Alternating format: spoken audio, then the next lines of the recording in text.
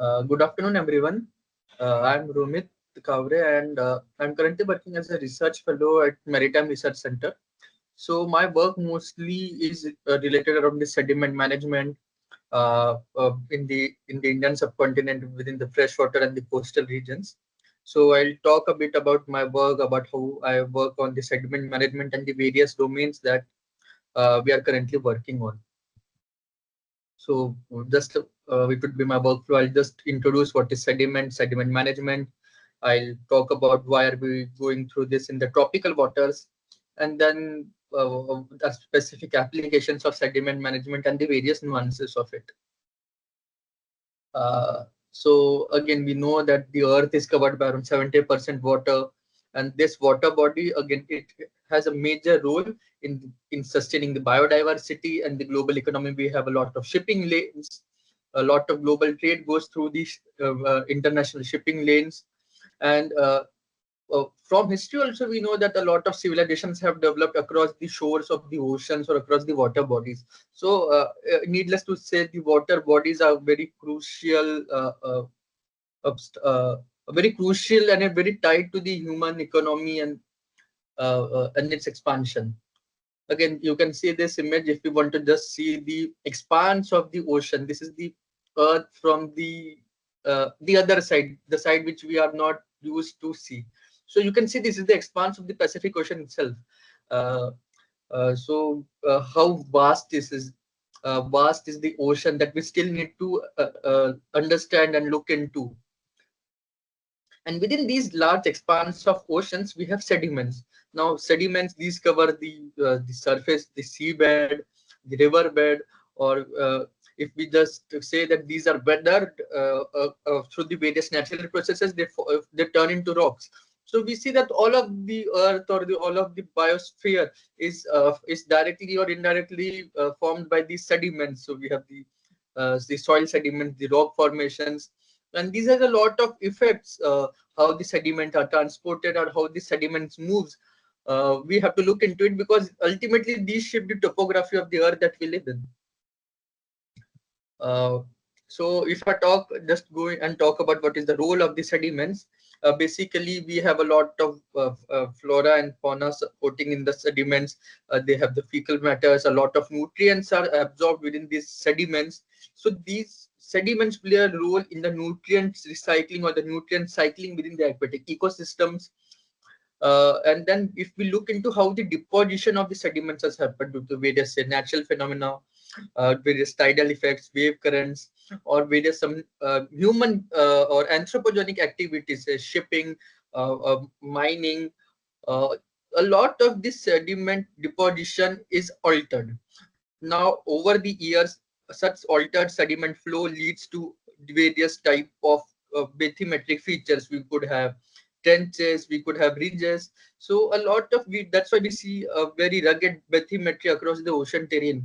That is due to the different transport patterns of the sediment itself and the play of the natural of the forces of nature. And then ultimately a lot of again, a trade is also related to ocean. So a socio-economic development is also tied to directly or indirectly the movement of sediments. So understanding how the sediments are shaping our oceans. So this is an image I very much like to show. As you can see, this was a satellite image taken from the Gulf for the Gulf of Khambat. As you can see, there are two images. One is April and one other is of October. You can understand it of as pre-monsoon and post-monsoon.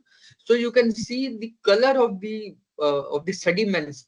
A lot of brownish color has been. You can see a lot of pronounced brownish color during the October month. This means that a lot of sediment influx has been happening, say from the Tapi River or the Mahi River or the Sabarmati River. So, as sir said, again, this is a recurring phenomenon. So we again have to look into the nuances of it. We have to look into what are the various factors that might lead to such scenarios.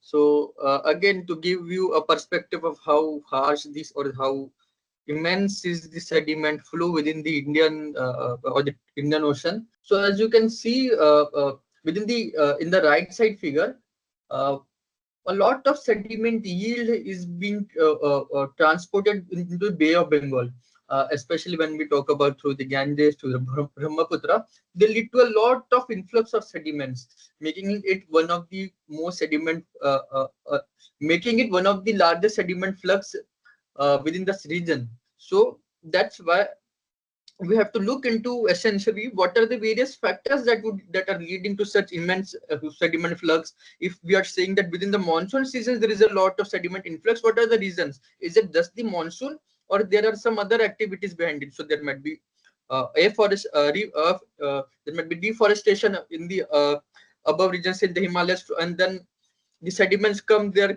flows through the Gangetic plain, and then it enters uh, uh, the Bay of Bengal. So we have to look into what are the other reasons that are tied to the sediment influx.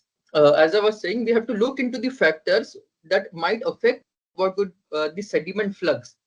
So if we look into the tropical conditions, we might find there are some unique features about the Indo-Pacific.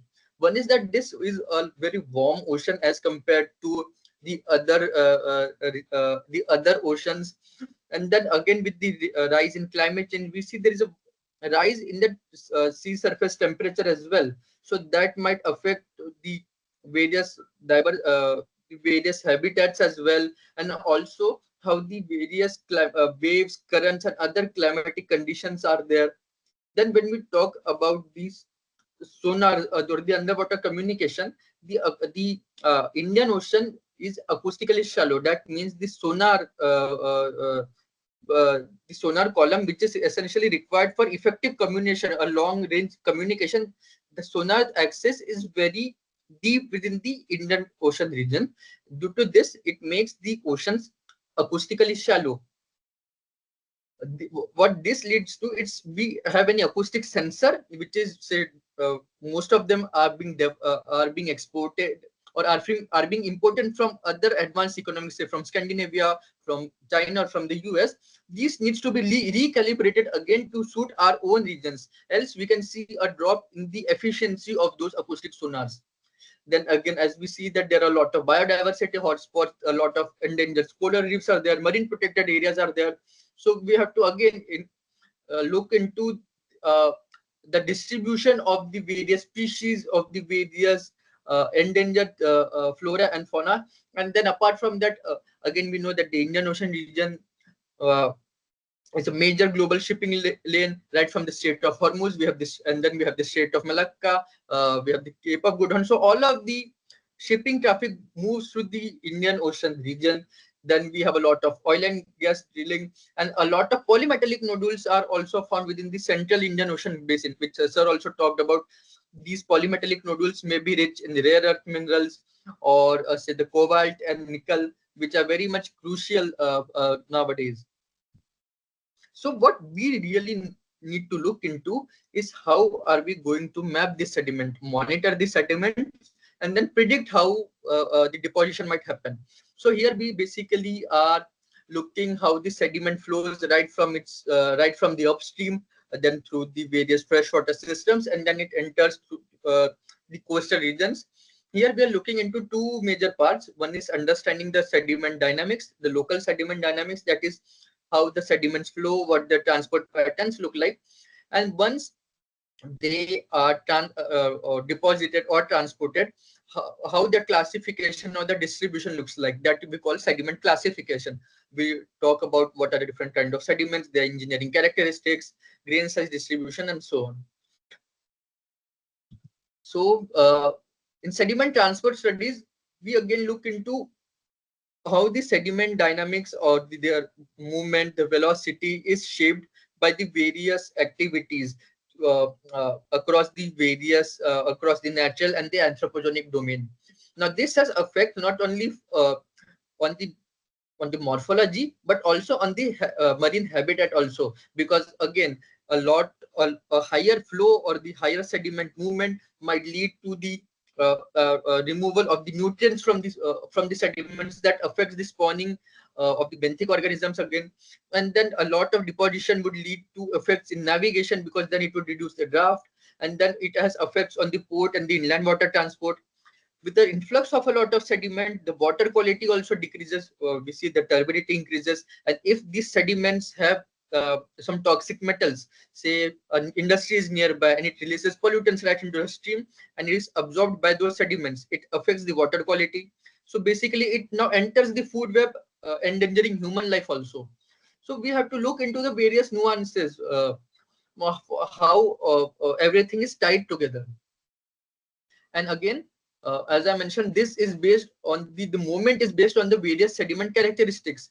If the sediments are cohesive, like they can be of silt, clay, sand, what kind of sediment it is, what is the grain size distribution, are there smaller particles, finer particles, or the coarser particles, because that defines what could be the settling velocity or their flow velocity. So in fact, the sediment transport is influenced by these the characteristics of the sediment, and hence we are looking into the sediment classification, which helps us in understanding what would be the sediment dynamics. We could predict, okay, if a particular type of sand is a particular type of sediment is within a region, we could predict what kind of flow would be there, what kind of nutrients it might have, or what kind of other properties it might have. It also has immense application in understanding the underwater bathymetry, finding out what kind of minerals would be there, and it has also a lot of applications within the offshore geotechnical engineering as well. So here is an example of the sediment classification. Now, sediment classification, there are many ways to do it. The conventional way is that you have a particular region where you need to classify sediment. You take certain samples, you have grabbers, you take the sediment sample out, carry out extensive laboratory tests, and then we have a total geotechnical report stating what is the grain size distribution, the plastic limit, liquid limit, and so on. There are another methods as well. One is the acoustic based classification methods, where we have acoustic sonars. They can be side scan sonars, sub bottom profilers, multi-beam echo sounder, or the single beam echo sounders. They basically can be mounted out on any shape or any AUV for that matter, and then you can scan the particular region of interest. Now, once we have the stipulated data, what we can do is have data analytics.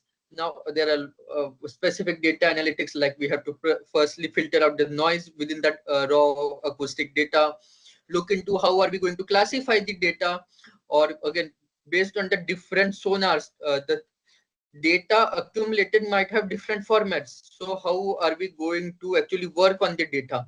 That's where various models also come through. There are a lot of empirical models that are developed to basically extract features from the raw acoustic backscatter data. And then finally, when we have the target parameters, how are we going to interpret them? So a lot of the data analytics part plays a major role in the acoustic sediment classification. I'll show you one example at the end. The another technique is through satellite images. So basically, we can have satellite images of the various regions, and then we can extract features based on certain parameters or certain indexes, which may be the value of the color or the change in turbidity. And then with some empirical indexes, these can be related to what kind of sediment might there be, or what would be the bed load concentration of the sediment within that particular region. Again, this might use various methods. So there are a lot of empirical relationships are also there, but now we also are using neural networks and machine learning based methods, so that we are able to classify or have regression analysis between the target parameters and our input features. So for that, again, we have various models. We have the support vector machine, we have the artificial neural network. All this take inputs from the satellite imagery features. The indexes are extracted from those satellite images, and then these are correlated with the actual data from the, say, laboratory test or through other means. And then we could have a regression. In simpler terms, there can be a regression analysis which links the satellite parameters to the actual sediment bed load concentration. And so we can then be able to predict what are the sediment concentrations with other regions as well. Again, as I mentioned, these are some characteristics of the sediment classification. We look into what is the cohesiveness. So cohesiveness is basically this how much they can stick together. So if we have clay, it is, you can see clay sticks together a lot as compared to sand, where sands are not cohesive at all. So individual grain particles can float together. So that is cohesiveness. We look into the grain size distribution. What is the texture of the sediments, whether it's rough, angular, rounded, because that affects the transport or the settling characteristics. Also, what is the density of those sediments? What are the chemical composition, the biochemical composition, and what is the overall quality of the sediments? This can be useful in reusing those sediments. These sediments can be reused again if we say if we need to fill this sediment to somewhere else or use this within some other engineering works. All of this depends on their engineering characteristics now. Now, this sediment management has a lot of implications within the freshwater systems and the coastal systems. Both have their, because the freshwater sediment dynamics are different from the coastal sediment dynamics. Different factors play in their respective domains. So when we talk about the freshwater system, there are rivers, lakes, dams are there. So as sir also mentioned that, say if a dam is being constructed, now with the dam being constructed, a lot of sediment might get accumulated. Now what happens when the sediment is accumulated? It won't reach the downstream. But what if the downstream relies on the nutrients which are supplied by the sediments from the upstream? There is a stoppage of the nutrients that would flow downstream, and hence there would be endangerment of the or on the habitat of the downstream species. So that needs to be looked into. Again, it affects the inland water transport and how the various changes in agriculture, in the forest cover, how it affects the sediment influx within these freshwater systems. Then when we talk about the coastal systems, say we have the port operations going on, or due to the various waves or current movements, a lot of sediment is being resuspended. So as you can see in the images as well, with the movement of the ships also, due to their propellers, a lot of loose sediments on the seabed, it might get redistributed. Now what happens if they get redistributed? Again, we have the effects on the benthic ecosystem. The turbidity increases, might be the bathymetry or the topography might also increase if that is a sustained if a lot of sediment is being redistributed and deposited again. So we have to look into the anthropogenic activities as well of actually why this sediment movement is happening. Again, when I mentioned coastal regions, so it has effects on the exclusive economic zone. We have the river and the basin interference, because the sediment moves through the rivers and it through said deltas or estuaries, it enters our oceans. So how that interplay between the freshwater and the coastal system is there, we have to look into. And then we have the coastal ecosystem. We know mangroves are very much effective in stopping the water level rise. Does it also capture sediments?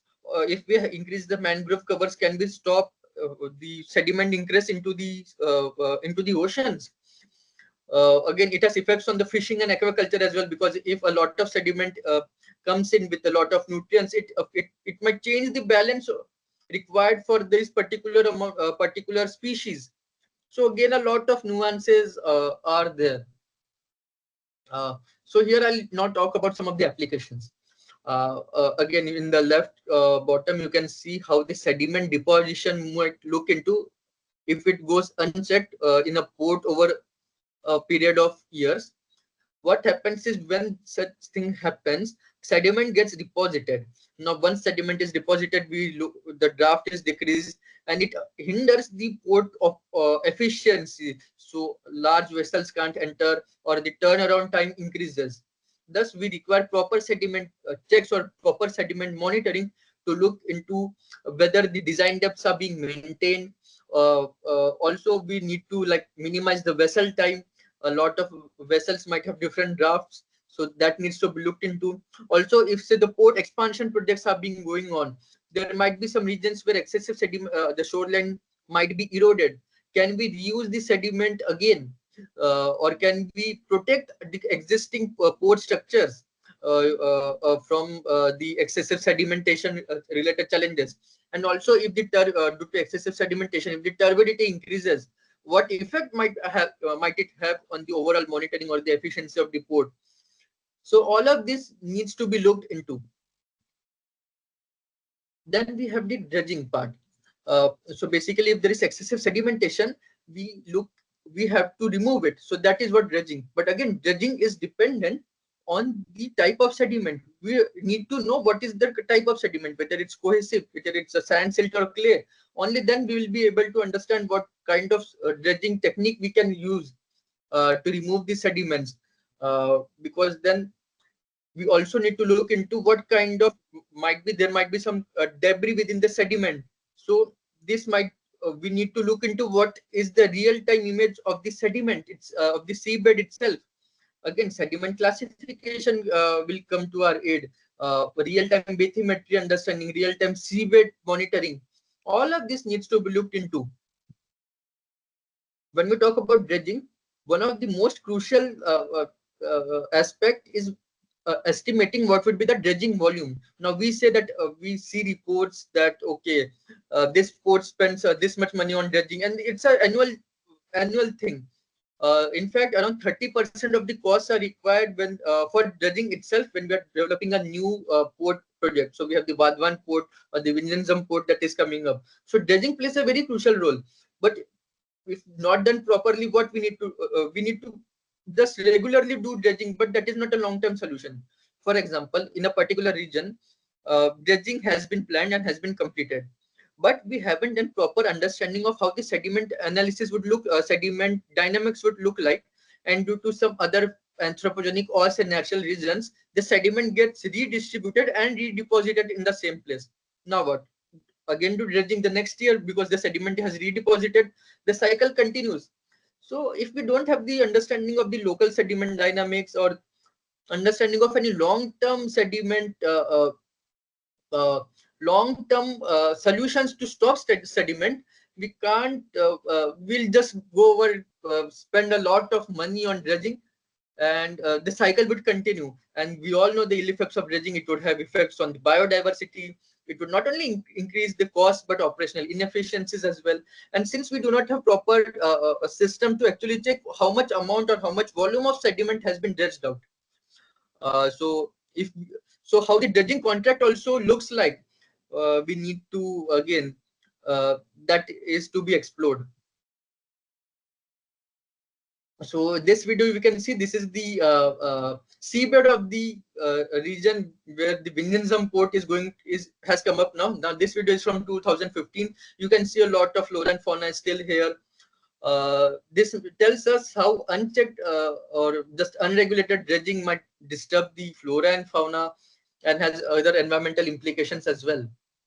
Now, if we again need to reuse this dredged material into construction, if it has certain nutrients, we can use it as fertilizers or manure.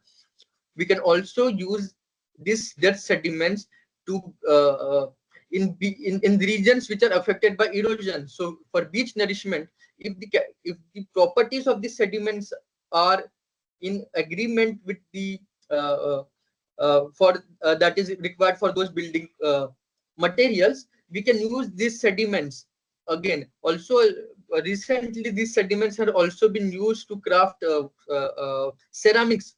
So these sediments which are being dredged can be used again, and then it can help in the larger economic framework itself. But again, that requires this reusing of of sediments require proper processes, and that processes are again based on what kind of sediment it is. And that again, here again, the sediment classification helps us. So here are just some use cases of sediment removal, where we have sediment dredging in the inland waterways to have that navigational depth maintained. In ports, again, we have the expansion projects of port. Again, here also the navigational depth plays a crucial role. In reservoirs or dams, if the excessive sediment is built up, it affects the overall life or overall storage of the of the reservoir, but it also affects the structural stability of the reservoir itself. So we need to keep in mind the operational efficiency, the storage, and the security of the structure itself. Uh, uh, and then again, creating artificial islands as well. If we can use in land reclamation projects, we can use these dead sediments. Now, how do we look into the sediment quantification? We firstly need to have some hydrographic or acoustic survey that would actually see what is the seabed there. And then add the bathymetry to it.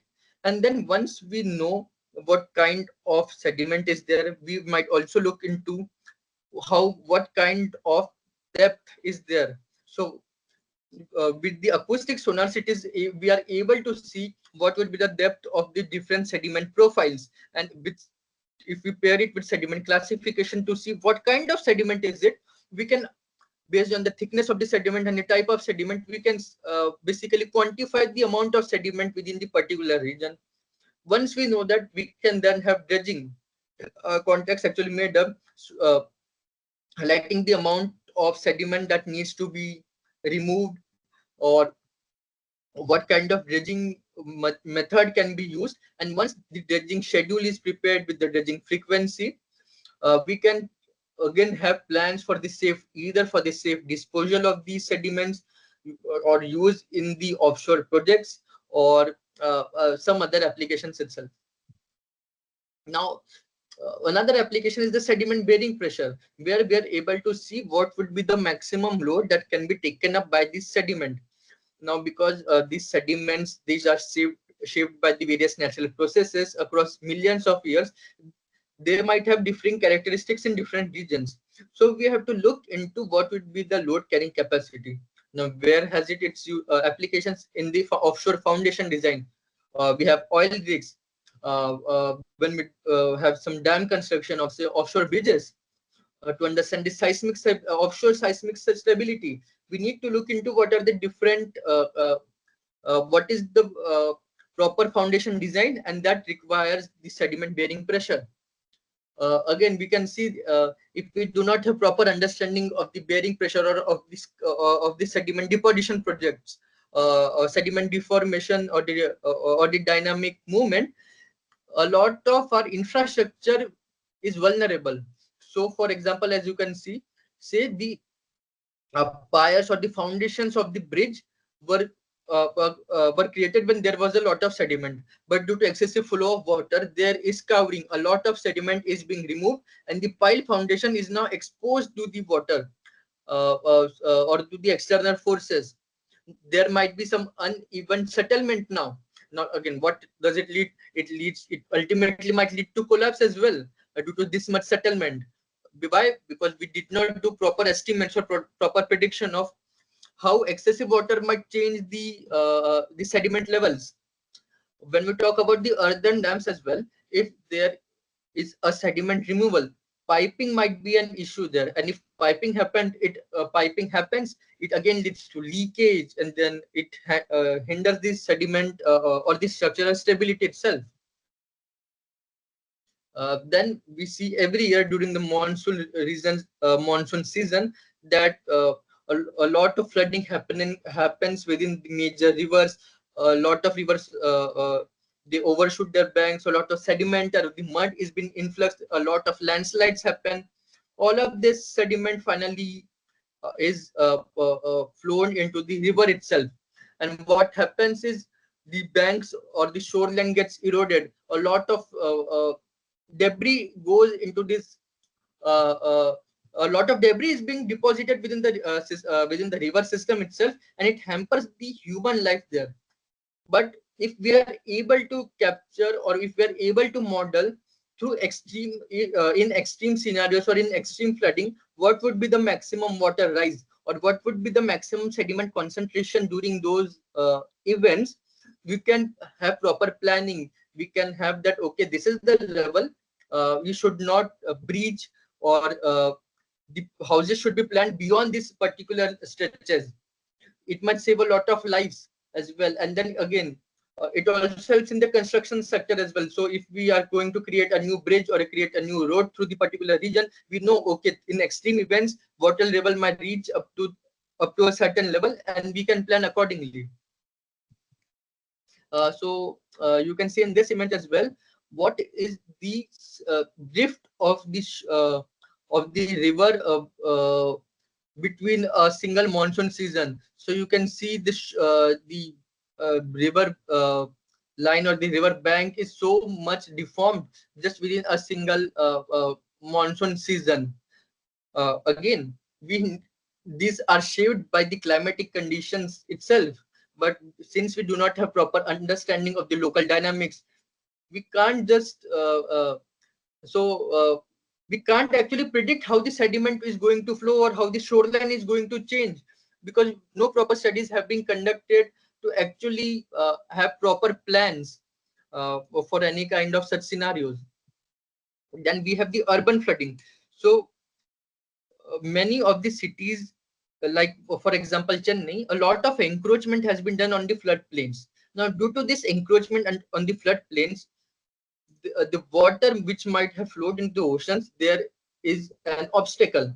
In that case, a lot of sediments might also get influx within the drainage systems itself, and what we have is a choked system.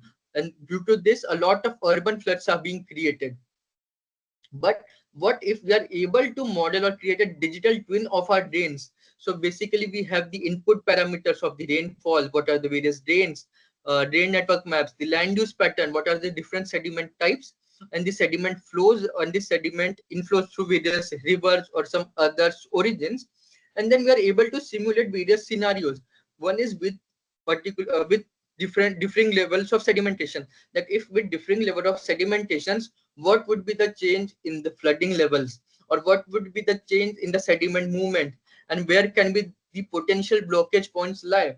We can take actionable insights. So we can look into creating green hotspots, or we can look into some long-term solutions to block sediment from actually coming in to the system. So this helps in the mitigation strategies itself, and helps in reducing the flood severity when we talk about the monsoon flooding itself. Now, this sediment bearing pressure has also importance in the strategic resource deployment. So when we have the amphibious operations, we need, or even when trenches are to be dug, we need to look into the stability or the strength of the soil, uh, or we need to look into what would be the bearing capacity of soil, so that it is able to take the weight or the self weight of the equipment. Else the the sand would submerge, there might be some quick conditions developed, and again this hampers our own strategic concerns itself. It also has effects when we have the bridging operations. So we need to look into whether the particular body of water or the shallow waters are able to take that amount of weight, because if not, uh, uh, the overall stability of the foundation would be very low, and such kind of operations would not be possible, thus hampering our own defense operations. Then again, as I mentioned, there are the amphibious operations to take use of the sediment bearing pressure. Now, another one is how this sediment prediction can help us to have proper navigational safety. Uh, if we are able to actually have the input parameters like the flow velocity of the sediments, what are the sediment types, we might be able to predict what could the sediment flow look like in various scenarios. In that case, we might see in various flood seasons where are the hotspot maps where excessive sedimentation happens, or where are the hotspots of excessive sediment erosion. And then based on that, we can forecast some of the dredging timings as well. We can forecast some of our own plans for sediment removal, and can come up with other long-term sediment routing scenarios. We could have sediment traps that might capture the sediment at the origin itself, and hence it would not enter the sediment, it would not enter the water channel itself, and then we could basically aid in the overall opening of the inland water transport and the port operations. Now, when we talk about the underwater rescue and recovery, if we with the development of the say AUVs or ROVs, we still need to know what is the bathymetry of the particular region, because if we don't know how the seabed looks like, what is the current debris, or what is the real-time sediment mapping, uh, again the rescue and recovery becomes challenging. This is where again the acoustic channel comes in our help, where we could have proper acoustic mapping of the seabed. We have various uh, mapping of what kind of debris it is. Again, this helps us in route planning of the AUVs, or also in the submarine route planning and the submarine cable route planning. So this is what I talk about, is if we don't actually have any knowledge about how the seabed looks like, or what are the various factors affecting the sediment transportation or the change in the bathymetry, there might be damage to sediment to submarine cables. And as we know, the submarine cables transfer a lot of data, and it's very much crucial for the global data transfer itself. Any kind of such cable damage is very costly to the national security as well, and the overall IT infrastructure also. So what we can have, we could have different layers. We could have sediment bathymetry. What are the different types of sediments, uh, or what are the different say earthquake fault zones that needs to be looked into for a submarine cable. I'll talk more about this later on, but yeah, the bathymetry plays a very crucial role in planning what are the various cable routes or the submarine routes, so that the critical infrastructure is not hampered. So this is a kind of a uh, uh, and GUI we have come up with, we call is the and is which we call is the capability mapping. So very few select countries have the capability to actually install this system, install the submarine cables, maintain them, repair them, and in case of any warfare, have sabotage capabilities itself. So uh, we need to look into what are the various parameters that we are looking when any new submarine cable is being developed, or what are the various sabotage related aspects that might come up when such sediment is being laid. And again, we also need some marine protected areas. There might be some marine protected areas, so we need to have proper environmental impact assessment of uh, uh, whether the waves do not affect the flora and fauna down there. Another major issue is of fouling. Now, due to the warmer climates of the tropical waters, a lot of the fouling organisms, like say for example barnacles or mollusks, uh, they might attach to the hulls, and then they have the biofilm development, and basically we have huge colonies of such fouling organisms which attach to the ship hulls. This not only increases the, excuse me, a drag on the ship, it increases the fuel, or it leads to fuel inefficiency as well, reduces the speed of the boats, and again the overall movement of the boat. So we need to basically model how the fouling would look like. Basically fouling is able to be we are required to have the biofilm growth modeling, and then we are able to see how much fouling can happen. And once we know what is the fouling amount, we can come up with some anti-fouling measures. So there are anti-fouling paints, there are some acoustic or ultrasonic anti-fouling measures that can be come up to remove such barnacles. So as I mentioned earlier, uh, the acoustic sediment classification was put into use or validated within the Khadakwasla region. So Khadakwasla Lake is a lake in Pune, Pune region. So, the sensors of like the sub-bottom profiler, the side scan sonar, and this single beam echo sounder, these were basically deployed on a ship, and then across 2 days, along 5 survey tracks, sediment, the acoustic backscatter data was gathered. Now, this sediment, this acoustic backscatter data is again filled with a lot of noise. So then we need to operate on the data to filter out that noise. then based on what kind of system was used to gather that data, specific specific operations need to be carried out. We have the Hilbert transform to separate the imaginary and the real part from the analytical system. And then there are a lot of mathematical models. So in our case, there were two models. One is the wave reflection method and another was the energy model. So basically this look into what is the frequency of the sonars, what is the shift of the different kind of frequencies, which are in turn related to the reflection coefficient. So coefficient is a unique property of the different materials. So what once we are able to determine the reflection coefficient from the acoustic backscatter, we then link it to the reflection coefficient of the already known sediments. And from here, we are able to correlate that the Khadakvasta lake might have sediments of silty nature or of clay or silty nature. Now, this was validated with the sediment samples that were taken from the lake itself. And it again proved that the sediments were of silt to clay domain. And hence, acoustic sediment classification plays a crucial role in a very large spatial region to have basically the sediment classification. A similar kind of assessment has been planned within the Ujjaini reservoir, but with some additions itself.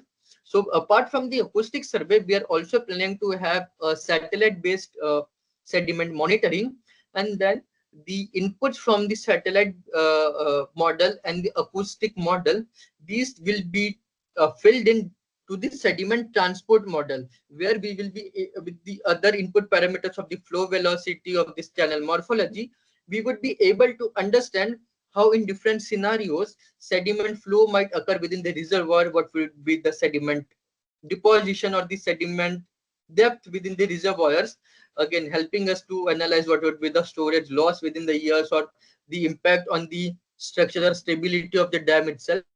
And then finally, an environmental impact assessment will also be carried out for the different scenarios, as what would be the chemical composition of the various sediments and how it affects the flora and fauna within the lake itself. Then again, these are some of the satellite images from the Ujjaini reservoir itself. A similar kind of analysis will be done, and then we could have sediment transport predictions. So with all of these various applications, we required a proper sediment management plan.